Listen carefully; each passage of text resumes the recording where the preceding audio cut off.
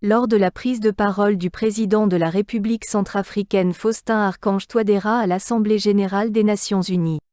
Il a souligné l'importance de la solidarité et les défis communs que nous avons à aborder tels que les catastrophes climatiques et les crises migratoires. Il a évoqué également la question des conflits au Soudan et en Ukraine, ainsi que la réforme du Conseil de sécurité de l'ONU. En outre, il condamne les sanctions et les blocus imposés à son pays et appelle au soutien du processus démocratique et de la tenue d'élections locales. Monsieur le Président, avant d'apporter la contribution de mon pays au débat général, je voudrais, du haut de cette tribune des Nations unies, symbole par excellence de la solidarité humaine, exprimer la solidarité du peuple centrafricain au peuple frère du Maroc et de la Libye, durement frappés par des catastrophes naturelles ayant entraîné des milliers de pertes en vies humaines et des dégâts matériels inestimables quelques jours avant l'ouverture de notre session. Comme je l'ai soutenu en d'autres occasions, les conséquences dramatiques de ces catastrophes naturelles doivent interpeller la communauté scientifique mondiale sur l'urgence d'identifier les régions du monde particulièrement vulnérables à des événements climatiques extrêmes et de mettre à la disposition des États concernés les informations nécessaires afin d'en limiter les dégâts. Par ailleurs, le monde entier a suivi avec une profonde consternation l'arrivée massive ces derniers jours des milliers de migrants africains sur l'île de Lampedusa, en Italie. Ces jeunes qui représentent le présent et l'avenir de notre continent, l'Afrique, cherchent désespérément à rejoindre les pays du continent européen à la recherche d'un Eldorado. Cette escalade de la crise des migrants est l'une des conséquences effroyables des pillages des ressources naturelles des pays rendus pauvres par l'esclavage, la colonisation et l'impérialisme occidental, le terrorisme et les conflits armés internes, souvent ouverts sur fond de visées hégémoniques, des tensions géopolitiques et géostratégiques entre les grandes puissances mondiales. Tout en regrettant ce phénomène déshumanisant, je salue la solidarité et les efforts inouïs déployés par les pays d'accueil et l'Organisation internationale pour les migrants pour fournir l'assistance à ces jeunes dont les vies sont mises en danger par des passeurs et vendeurs d'illusions sans foi ni loi. Toutefois, mon pays estime que l'ONU doit aller au-delà de notre engagement commun à raviver la solidarité mondiale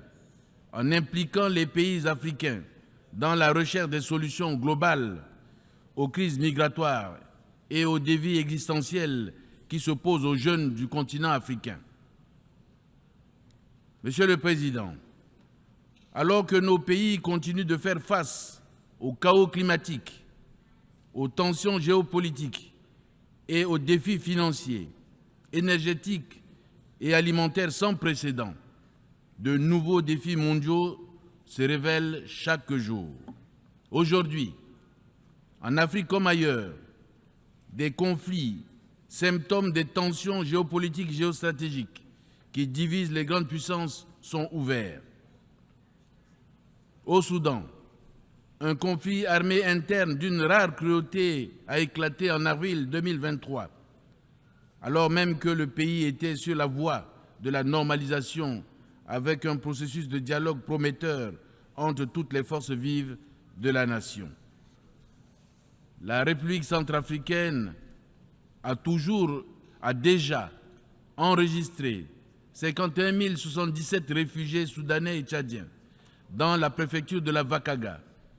exposant ainsi nos populations, certes résilientes, à des risques d'aggravation de la situation humanitaire encore délétère et d'insécurité. J'en appelle à une prise en considération de l'impact de cette crise sur la géopolitique régionale, ainsi qu'à la solidarité internationale en faveur des réfugiés. Et pendant que nous tenons cette session, le conflit russo-ukrainien se poursuit sur le terrain sans aucune perspective de règlement pacifique, alors que les conséquences pour le monde sont douloureuses et regrettables. Monsieur le Président, la persistance et la multiplication des foyers de tension à travers le monde soulèvent des interrogations quant à l'efficacité de certains mécanismes de prévention et de règlement pacifique des différends de l'ONU, dont la mission première est de garantir la paix et la sécurité internationale. C'est pourquoi nous réaffirmons avec force la position africaine commune sur la réforme du Conseil de sécurité de l'ONU,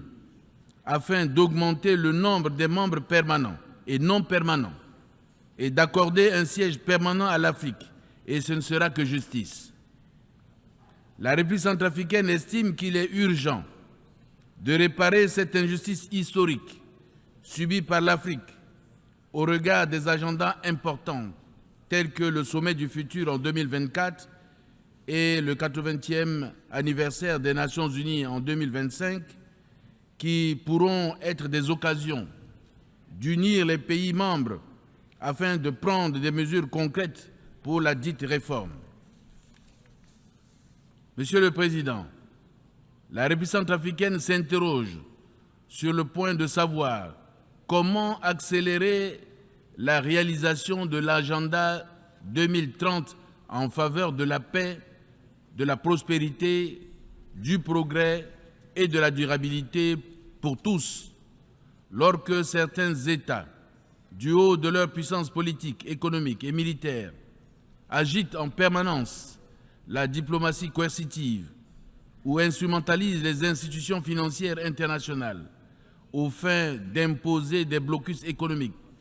financiers et commerciaux contre les pays rendus pauvres par l'esclavage, la colonisation et l'impérialisme. En effet, le 29 juillet 2023, le peuple centrafricain a appris avec une grande désolation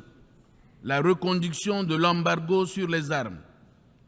modifié par des rapports et exposé des motifs tronqués, avec une fallacieuse dérogation pour les forces de sécurité nationale. La République centrafricaine dénonce à la face du monde cette cynique décision qui trahit l'intention inavouée des membres du Conseil qui l'ont votée d'instrumentaliser les régimes de sanctions à des fins de pression politique sous l'égide de l'ONU. Je dois rappeler, pour le déplorer, que les embargos sur les armes et diamants, reconduits depuis 10 ans, auxquels s'ajoute la suspension des appuis budgétaires, constituent de réels obstacles à la réalisation par mon pays des objectifs de l'agenda 2030. Nous récusons ce déni de notre droit à l'autodétermination et à la souveraineté permanente sur nos richesses et ressources naturelles, garanties par les instruments juridiques pertinents des Nations Unies. J'exhorte le Conseil de sécurité à faire cesser ces artifices qui visent à masquer la volonté de pérenniser l'insécurité et la mainmise sur les ressources naturelles du pays au profit des puissances étrangères et consacrent la légitimation des groupes armés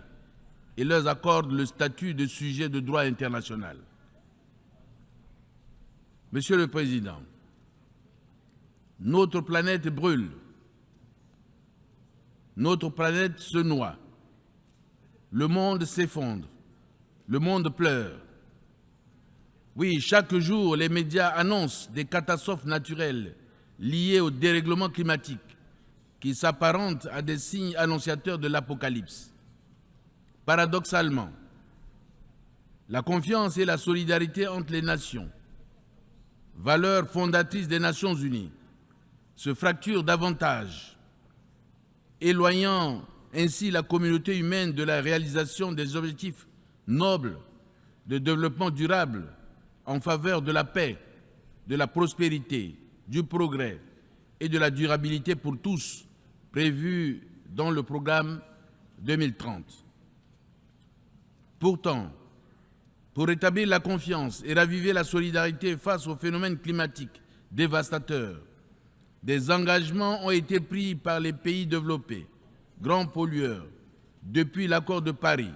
en passant par ceux de Glasgow et de Sharm el-Sheikh en Égypte. La COP27 en particulier a utilement fixé 4 grands objectifs que nous avons tous adoptés, à savoir l'atténuation, l'adaptation, le financement et une transition juste afin de faire face aux défis communs de l'humanité. Malheureusement, beaucoup de pays, dont la République centrafricaine, victimes innocentes des conséquences dramatiques de la surexploitation de la planète par les pays développés, ne bénéficient pas des promesses de financement faites. Monsieur le Président, nous mesurons à sa juste valeur l'apport des partenaires, aussi bien bilatéraux que multilatéraux, dans leur élan de solidarité envers l'Afrique, notre continent, et les en remercie infiniment. Cependant, nous en appelons à un partenariat plus agissant, évolutif et diversifié, respectueux de la souveraineté des États, des valeurs culturelles et morales de tous. Ce n'est que de cette manière que nous pouvons raviver la flamme de l'amitié entre les peuples, promouvoir la paix et la sécurité, créer les conditions d'un développement équitable et inclusif. Mon pays continue de plaider pour un multilatéralisme inclusif, pour une croissance mutuellement accélérée, pour un ordre mondial équilibré et pour que les différends mondiaux soient relevés en mettant un accent particulier sur la paix et la sécurité internationale, le respect de la souveraineté de chaque État. Je voudrais saisir cette occasion pour dénoncer toutes les campagnes de désinformation et de dénigrement menées par certains médias occidentaux contre la République centrafricaine. Je réaffirme ici la détermination de mon pays à diversifier sa coopération internationale avec tous les pays qui le souhaitent, dans les seuls intérêts vitaux de son peuple et à éviter d'être entraîné dans des compétitions entre puissances mondiales. Monsieur le Président, en adoptant par référendum le 30 juillet dernier la nouvelle constitution de la République centrafricaine à une majorité écrasante de 95,3% et un taux de participation de plus de 57%, le peuple centrafricain vient de réaffirmer son attachement aux buts et principes énoncés dans la Charte de l'ONU, son droit inaliénable au respect de sa souveraineté, à l'autodétermination, à la stabilité des institutions, à la paix, à la sécurité, à l'unité nationale et au développement. Pour accélérer la réalisation du programme 2030 et ses objectifs de développement durable en faveur de la paix, de la prospérité, du progrès et de la durabilité pour tous, le gouvernement poursuit l'exécution de l'accord politique pour la paix et la réconciliation et de la feuille de route conjointe de Luanda et s'investit pour renforcer l'engagement de toutes les parties prenantes. Dans le cadre de la mise en œuvre de ces instruments de paix et de sécurité nationale, 9 groupes armés ont déjà été dissous. Parallèlement, la Cour pénale spéciale et les juridictions ordinaires poursuivent en toute indépendance la lutte contre l'impunité. Je voudrais rappeler qu'au-delà de la Constitution, notre politique nationale de décentralisation est à la fois une aspiration profonde du peuple centrafricain et une composante essentielle de l'accord de paix et de la feuille de route conjointe de Luanda. Je voudrais relever tous les efforts déjà entrepris par l'autorité nationale des élections, avec le soutien de l'assistance technique internationale, qui nous ont permis de réévaluer le calendrier électoral qui prévoit désormais la tenue des élections locales pour le mois d'octobre 2024. Il s'agit pour nous d'une étape fondamentale dans notre marche vers l'ancrage local de la démocratie, la promotion de la gouvernance participative et du développement local.